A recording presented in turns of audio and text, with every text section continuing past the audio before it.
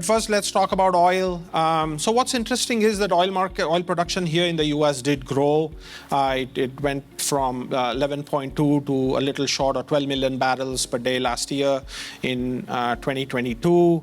What is interesting is it's not quite back up at the pre-COVID level, right? We are still a little 400,000 barrels per day short of what we saw in 2019.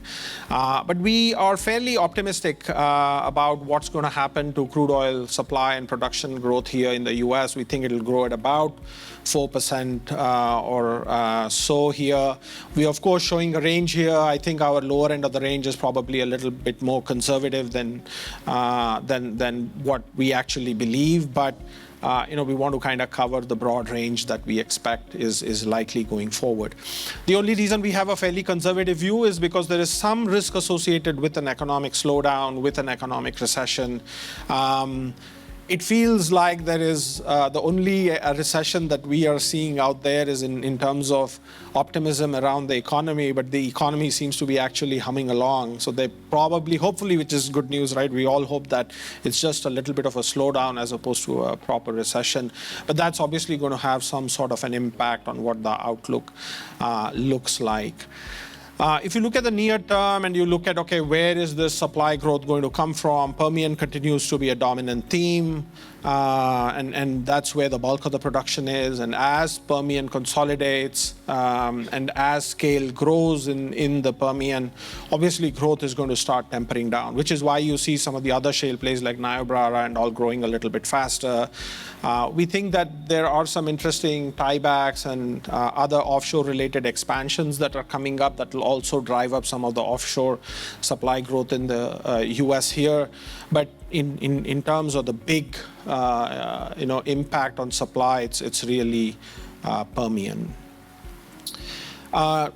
Taking a slightly global view through 2025 of what's going to happen in the markets. The chart on the left is the stack today across the major countries. What is interesting is that the conflict in Europe did not really impact Russian oil production. They were able to skirt to a large extent by selling oil at a discounted price into markets like China and India, Turkey to a certain extent. So we didn't really see a big impact in terms of Russian oil actually hitting the markets. But we are now going to see that. The December 5th ban on the use of shipping, ships and vessels to move crude oil is having a pretty big impact. And Russia has announced 500,000 barrels per day reduction, voluntary reduction in production just a few weeks or a month ago. We actually think the impact's going to be a little bit more than that. We think it's going to be twice that. About 1 million barrels per day is going to come off of the market from Russia. That's going to be more than made up by OPEC, and we'll talk a little bit about OPEC here shortly. I'm not calling OPEC plus because the plus in OPEC plus is really Russia. So we are breaking that down because obviously, we want to understand what's happening in Russia. Non-OPEC is actually, because of the broader, this is probably the highest that non-OPEC has grown in the last few years, but that to a large extent is driven by the fact that there's a little bit of a renewed momentum towards reinvestments in the oil and gas industry. Of course, this is still not where we'd like reinvestment rates to be, and we're going to talk about that later in the presentation. Again, we are breaking U.S. out of non-OPEC here because, of course, U.S. has now become a fairly significant player in its own right. And we think that in the next few years, U.S. is going to grow by about a little short of 1 million barrels per day or so. So that's the stack essentially, or the bridge to 2025. We are generally bullish on oil demand growth. We haven't discussed that here separately, but I think there's only an upside here in potential oil demand growth here over the next few years than the risk of it being lower than what we have seen. In terms of pricing of oil, we are past this phase where The US was to a large extent setting the price of oil based on the growth that we were seeing in unconventional resources here, and OPEC is to a large extent back in control. One metric that a lot of us who track the market look at is spare capacity in Europe, and we are now back at the same levels that we were during the 2008 to 2014 time frame, when spare capacity was about 6 to 8% or so, give and take. Following 2014, OPEC decided that they were going to protect market share, and therefore they started producing more. Spare capacity levels went down, and we had the big price collapse following Thanksgiving in 2014. And then there's this whole period of turmoil with probably a couple years of stability in the 18 and 19 timeframe when prices were back up again. But essentially, if you're in the oil and gas industry, it's not a bad place to be when OPEC is kind of determining what the price of oil is, because OPEC has decided in their mind that they're going to start losing share, mainly because oil demand is going to decline in the 2030s, and they view the time frame from now through the early 2030s as when they want to harvest the market for cash that they can then deploy in other areas. So all of this tells us that oil prices are likely to stay high. The shale machine's going great. I mean, we were looking at these break-even prices, and what was surprising to me is that in spite of all the supply chain inflation that we hear about, break-even prices based on the data that the shale players have announced publicly in their earnings reports actually is marginally a little bit down. That's the blue bar there. So that is break-even for the major shale companies. And obviously, you can see the line, which is what oil prices. So that's a nice spread there.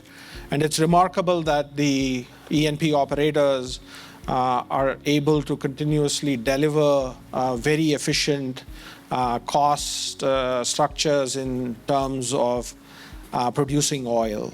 So US shale continues to be super competitive. So going forward, we have that solid line there is the historical oil price here, the WTI price here in the US. The blue band is the range that we are expecting moving forward. Again, we show a range here because we don't know what the price of oil is going to be, and there's multiple factors here. There's a slightly broader range here, mainly because of the risk associated with the recession. But the general expectation is that oil prices are more likely to rise than fall here, just given the supply constraints. What could change this view? I think oil prices could rise if China's economy, which is now in reopening, essentially reopens faster or comes back with a greater level of momentum. We could see an upward demand for another 500,000 barrels per day. If Russian oil supply, which frankly speaking, understanding is fairly opaque, it's an opaque part of the market. If it falls more than this million barrels per day that we are projecting, then that could further raise oil prices. There's a possibility that oil and gas producers and operators continue with these low reinvestment rates, although I think it's a less likely situation now. We're already seeing a lot of announcements and new capital that is being allocated to exploration, new capital that is going towards expansions in existing plays and offshore acreage. So I think it's less likely, but if the reinvestment rates continue to be limited, then that will have an impact. What could have an impact on the downside on oil prices? What could potentially bring oil prices down? Obviously, an economic recession. If some of these buyers of discounted Russian crude oil can figure out a way to continue buying crude oil from Russia at discounts, then that could have an impact. And then, of course, if we continue to see LNG markets stabilize in Europe, that will then reverse a lot of the gas to oil switching that has occurred in Europe, especially in the industrial sectors, that will go back to natural gas, and that then shaves probably another few 100,000 barrels per day of oil demand, and that could that could bring oil prices down. A lot of people don't realize, but we are in such a tight market from a supply and demand point of view in oil that even a couple 100,000 barrels or change can shave $4 or $5 off of oil prices. So very small changes can have big impact.